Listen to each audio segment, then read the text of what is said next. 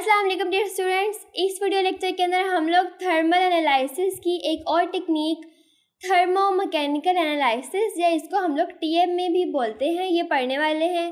Students, ये ऐसी branch है थर्मल एनालिसिस के अंदर जिसमें हम लोग अपने मटेरियल की प्रॉपर्टीज़ को स्टडी करते हैं with a change in temperature. तो चलिए स्टूडेंट्स, इस वीडियो के कंटेंट्स देख लेते हैं। पहले इस वीडियो लेक्चर के अंदर हम लोग पढ़ने वाले हैं टीएमए का introduction, principle, instrumentation, data interpretation, applications और लिमिटेशंस। स्टूडेंट्स, अगर आपको मेरी वीडियोस पसंद आती हैं तो मेरी आपसे रिक्वेस्ट है कि मेरे चैनल को सब्सक्राइब कर दें और बेल आइकन को जरूर प्रेस करें ताकि मेरी नई आने वाली वीडियोस आप तक पहुंच सके, और साथ ही साथ इन वीडियोस को अपने फ्रेंड्स के साथ शेयर करना मत भूलें। तो without wasting any time video को हम लोग स्टार्ट करते हैं।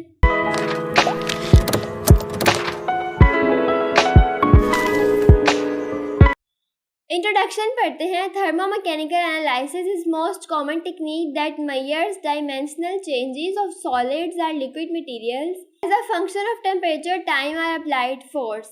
स्टूडेंट्स, इस टेक्निक के अंदर हम क्या करते हैं, हम एक सैंपल लेते हैं। सैंपल लिक्विड या सॉलिड हो सकता है।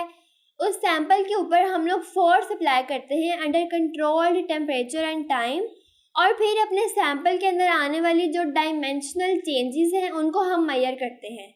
अब डायमेंशनल चेंजेस कौन सी होती हैं स्टूडेंट्स? ऐसी चेंजेस जो हमारे सैंपल की लेंथ या विड्थ में आए, मतलब हमारा सैंपल श्रिंक किया है, उसका लेंथ या विड्थ जो है वो अगर चेंज हुई है तो ये उसमें डायमेंशनल चेंज होगी। तो इन सब चेंजेस को हम लोग पढ़ते हैं with the help of thermomechanical analysis TM में। It is used to measure the coefficient of thermal expansion. अब टीएमए के ज़रिए से हम लोग क्या क्या चीज़ें मेजर करते हैं? हम कोएफिशिएंट ऑफ थर्मल एक्सपेंशन को मेजर करते हैं। कोएफिशिएंट ऑफ थर्मल एक्सपेंशन क्या होता है? हमारे सैंपल को हमने अगर टेम्परेचर दिया है तो उसकी लेंथ इंक्रीज़ की।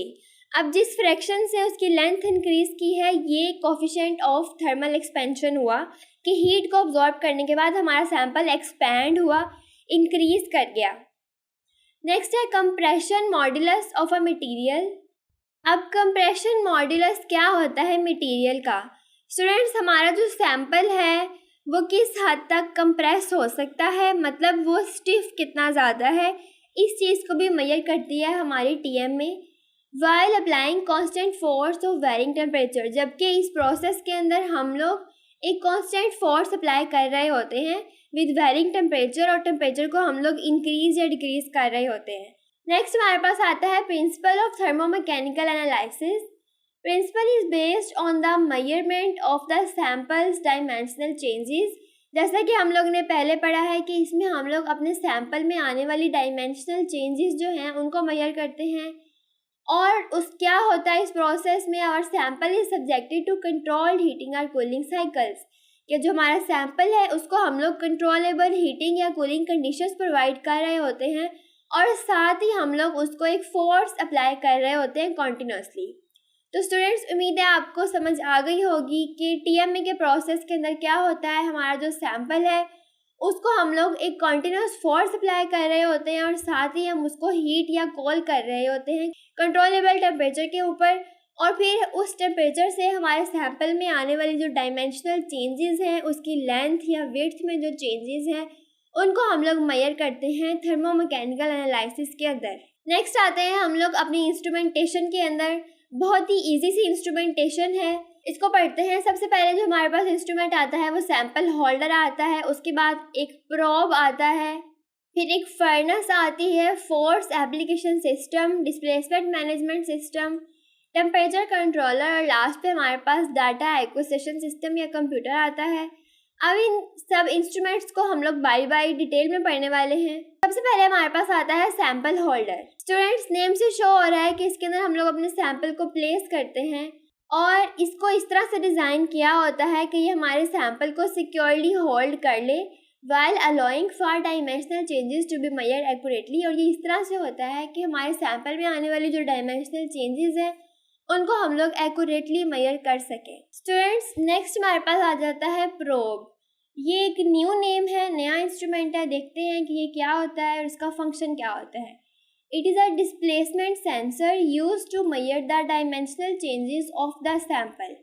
अब जो प्रोब होता है इसको हम लोगों ने अपने सैंपल के साथ अटैच किया होता है, एक तरह से हमारे सैंपल को ये सपोर्ट कर रहा होता है। और ये क्या करता है, हमारे सैंपल के अंदर आने वाली जो डायमेंशनल चेंजेस हैं उनको ये मेजर करता है। और ये एक डिस्प्लेसमेंट सेंसर है। अब डिस्प्लेसमेंट सेंसर का क्या मतलब है? स्टूडेंट्स, आपको डिस्प्लेसमेंट का पता है कि जो शॉर्टेस्ट डिस्टेंस होता है उसको हम लोग डिस्प्लेसमेंट कहते हैं। अब ये जो प्रोब है ये डिस्प्लेसमेंट को सेंस करता है, मतलब कि जो हमारा सब्जेक्ट है या जो हमारा सैंपल है उसमें आने वाली जो डिस्प्लेसमेंट की चेंजेस हैं उनको ये डिटेक्ट करता है। हमने पढ़ा था कि डायमेंशनल चेंजेस मतलब हमारा जो सैंपल है वो कॉन्ट्रैक्ट हुआ है या वो एक्सपैंड हुआ है, उसकी डिस्प्लेसमेंट कम हुई है या ज़्यादा हुई है, तो उसका जो डिस्टेंस है सेंसर से उसको ये डिटेक्ट करता है। अब इसका स्ट्रक्चर किस तरह से होता है? It is a small rod और pin that contact the samples. ये एक रॉड या पिन की तरह होता है जो सैंपल के साथ कॉन्टैक्ट में होता है, बिल्कुल सैंपल के साथ अटैच हुआ होता है। एज द सैंपल एक्सपैंड्स और कॉन्ट्रैक्ट्स, जैसे ही हमारा सैंपल फैलता है या सिकुड़ता है तो probe moves and it's displacement is measured.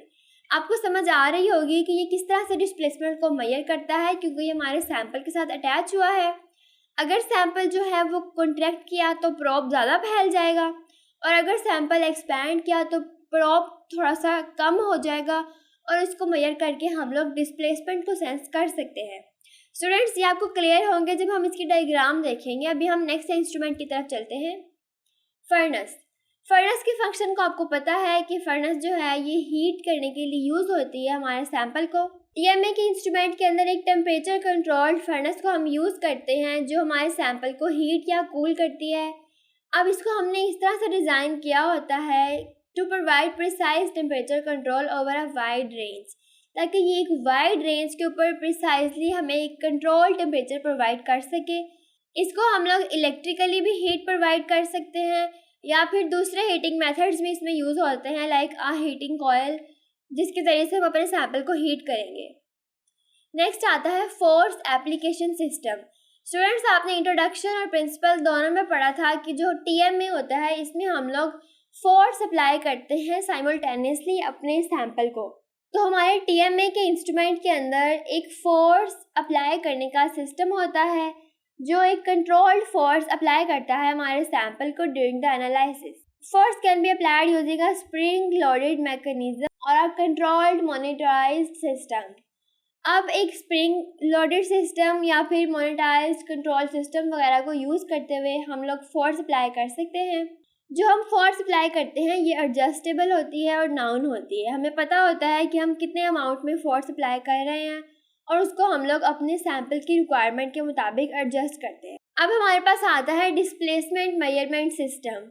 Students, ये वर्ड आपने पहले पढ़ा हुआ है। जो प्रोब हमने पढ़ा था वो डिस्प्लेसमेंट सेंसर होता है, और प्रोब हमारी डिस्प्लेसमेंट को सेंस करता है सिर्फ, लेकिन उसको मेजर कौन करता है और उसको डिटेक्ट कौन करता है? वो डिस्प्लेसमेंट मेजरमेंट सिस्टम डिटेक्ट करता है। It is used to accurately measure the probe's movement. जो डिस्प्लेसमेंट मैनेजमेंट सिस्टम होता है ये हमारे प्रोब की मूवमेंट को मेजर करता है, मतलब ये एज अ डिटेक्टर यूज़ होता है टीएमए इंस्ट्रूमेंट के अंदर।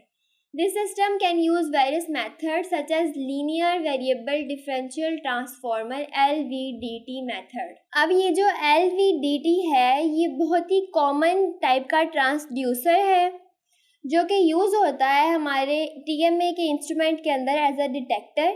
और ये क्या काम करता है? ये हमारी डिस्प्लेसमेंट को मेजर करता है। या फिर कैपेसिटिव सेंसर्स या ऑप्टिकल सेंसर्स या इस तरह के डिफरेंट सेंसर्स भी यूज़ होते हैं, लेकिन जो most common displacement measurement system है वो LVDT है। ये वाला मेथड हम यूज़ करते हैं अपने डिस्प्लेसमेंट को मेजर करने के लिए TMA इंस्ट्रूमेंट के अंदर। The displacement measurement system convert the probe's movement into a measurable signal. अब ये क्या करता है? ये हमारे प्रोब की मूवमेंट को एक मेजरेबल सिग्नल में कन्वर्ट कर देता है, मतलब उसको या तो डिजिटल फॉर्म में कन्वर्ट कर देगा या किसी ग्राफ की फॉर्म में, जिसके ज़रिए से हमें अपने सैंपल के अंदर आने वाले जो डिस्प्लेसमेंट चेंजेस हैं वो हमें पता चल जाए। नेक्स्ट आता है टेम्परेचर कंट्रोलर। स्टूडेंट्स, आपको पता है कि हम लोगों ने जितनी भी थर्मल एनालिटिकल टेक्निक्स पढ़ी हैं उनमें हम लोगों ने टेम्परेचर सेंसर्स पढ़े हैं या टेम्परेचर कंट्रोलर्स, क्योंकि हम लोग जो भी टेम्परेचर प्रोवाइड कर रहे होते हैं अपने सैंपल को, वो कंट्रोल्ड टेम्परेचर होता है और उस टेम्परेचर को मेजर करने के लिए हम लोग टेम्परेचर सेंसर्स भी यूज़ करते हैं। सेम इसी तरह हम लोग TMA के अंदर टेम्परेचर कंट्रोलर यूज़ करते हैं, जो क्या काम करता है, बैलेंस और adjust the furnace temperature according to predefined temperature program. जो हमारे फर्नेस के टेम्परेचर को बैलेंस करता है या एडजस्ट करता है according to predefined program temperature, मतलब जिस तरह हमने पहले से इसको बताया गया हो कि हमने अपने सैंपल को इतना टेम्परेचर देना है तो वो उतना ही टेम्परेचर एडजस्ट करके रखता है। That's why it's called temperature controller, क्योंकि ये हमारे टेम्परेचर को कंट्रोल करता है। अब जो टेम्परेचर कंट्रोलर है, it ensures precise temperature control. ये हमें श्योरिटी देता है कि ये प्रिसाइजली टेम्परेचर को कंट्रोल कर रहा है और ये फैसिलिटेट करता है हीटिंग और कूलिंग साइकिल्स। हमारे एनालिसिस को किस टाइम हीट चाहिए और किस टाइम कूल चाहिए, कितना भी टेम्परेचर चाहिए, उसको ये कंट्रोल रखता है टेम्परेचर कंट्रोलर।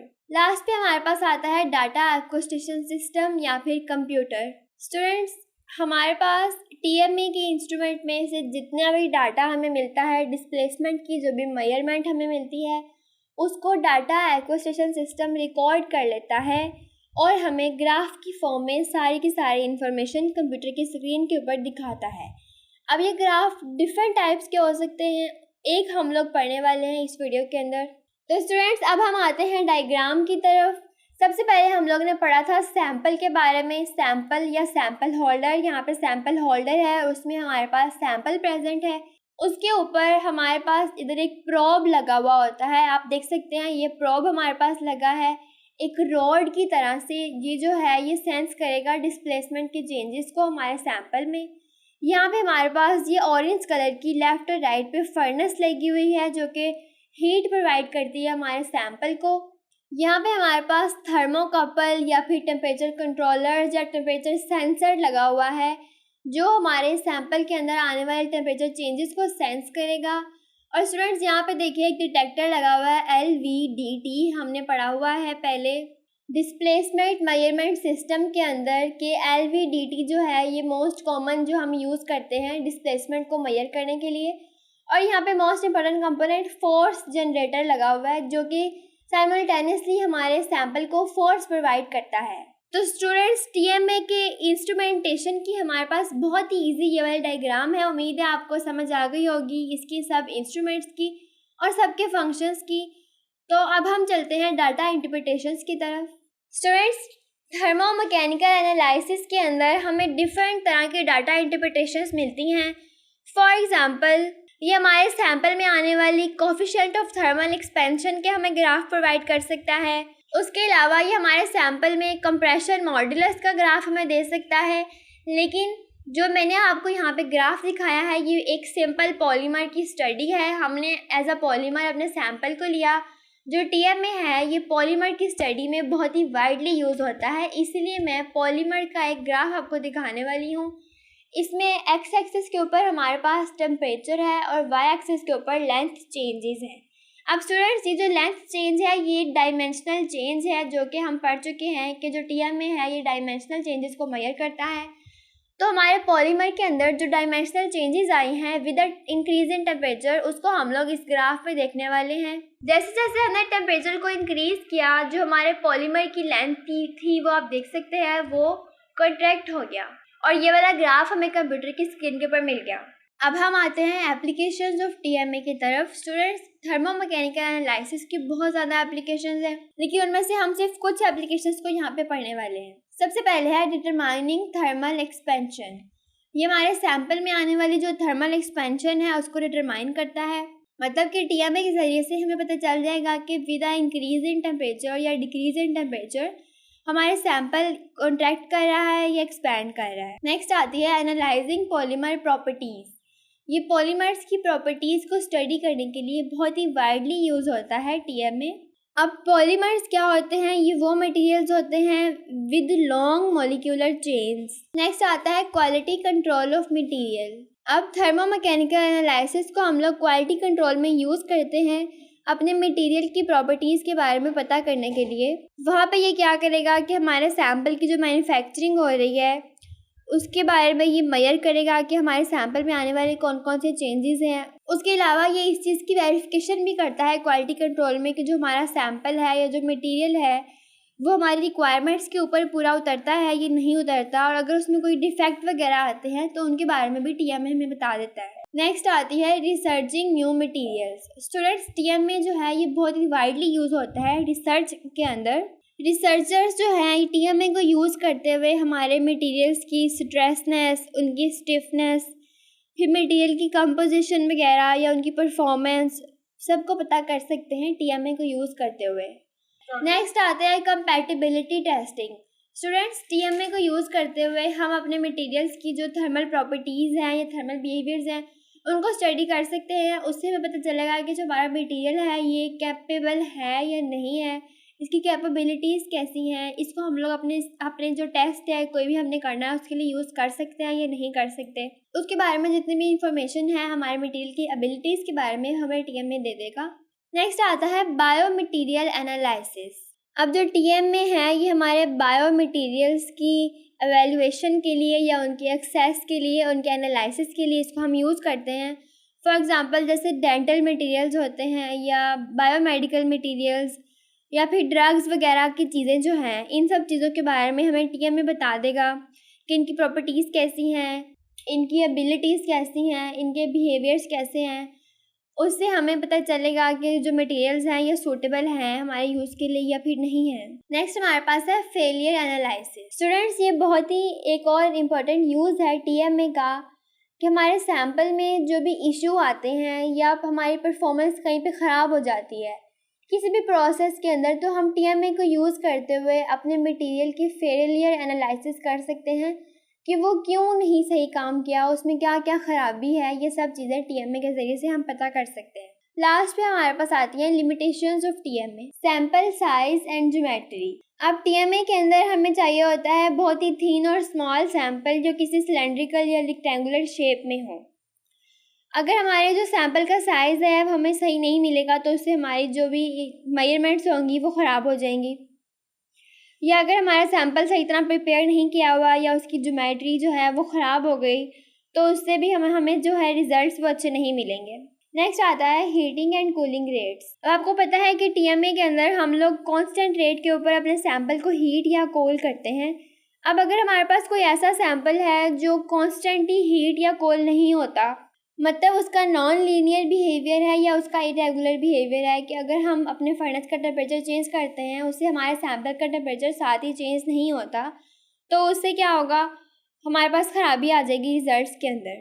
नेक्स्ट आता है कॉन्टैक्ट इफेक्ट। अब टीएमए के अंदर हमने पढ़ा है कि जो हमारा सैंपल होता है उसके साथ हम लोगों ने अपने प्रोब को कॉन्टैक्ट करके रखा होता है ताकि जो डिस्प्लेसमेंट मेजरमेंट्स हैं वो सही तरह से मेजर हो जाए। लेकिन क्योंकि हम लोग अपने सैंपल के ऊपर प्रोब रखते हैं उससे हमारे सैंपल के ऊपर इफ़ेक्ट्स पड़ सकते हैं। मतलब वो जो प्रोब है या तो स्ट्रेस या स्ट्रेन काज कर सकता है हमारे सैंपल के ऊपर, उससे जो हमारा सैंपल की शेप है वो ख़राब हो जाएगी और हमारे रिजल्ट्स में ख़राबी आ जाएगी। नेक्स्ट आता है इन्वायरमेंटल इफ़ेक्ट्स। स्टूडेंट्स, हमारे इन्वायरमेंट में आने वाले जो चेंजेस हैं लाइक प्रेशर, टेम्परेचर, ह्यूमिडिटी वगैरह, ये हमारे सैंपल की प्रॉपर्टीज़ को इफ़ेक्ट करती हैं, उससे हमारे जो रिजल्ट्स हैं वो भी सही नहीं आते। फिर आता है हमारे पास सैंपल प्रिपरेशंस। अब टीएमए के अंदर या जितनी भी बाकी हमने टेक्निक्स पढ़ी थी थर्मल एनालिसिस की, सब में हम लोग को बहुत ही केयरफुल सैंपल प्रिपरेशन चाहिए होती है। अब टीएमए में हम अपने सैंपल को किस तरह से प्रिपेयर करते हैं, कटिंग के ज़रिए, पॉलिशिंग के ज़रिए या फिर माउंटिंग ऑफ द सैंपल के ज़रिए, इससे हमारा सैंपल इफेक्ट हो सकता है। अब स्टूडेंट्स, माउंटिंग क्या प्रोसेस है, इसमें हम लोग अपने सैंपल को छोटी सी डिस्क के ऊपर प्लेस करके उसके टेस्ट वगैरह करते हैं। माउंटिंग के प्रोसेस से हमारे सैंपल में स्ट्रेस या स्ट्रेन वगैरह आ सकती है जिससे हमारे रिजल्ट्स ख़राब हो सकते हैं। तो स्टूडेंट्स, आपको मेरी वीडियो कैसी लगी है मुझे कमेंट सेक्शन में लास्ट में बताया करें, और अगर आपकी कोई सजेशन या क्वेश्चन हो मुझसे वो भी लास्ट में पूछा करें। इंशाल्लाह नेक्स्ट वीडियो के अंदर हम लोग डायनेमिक मैकेनिकल एनालिसिस पढ़ने वाले हैं। अल्लाह हाफिज़, बहुत जल्द मिलते हैं नेक्स्ट वीडियो के अंदर।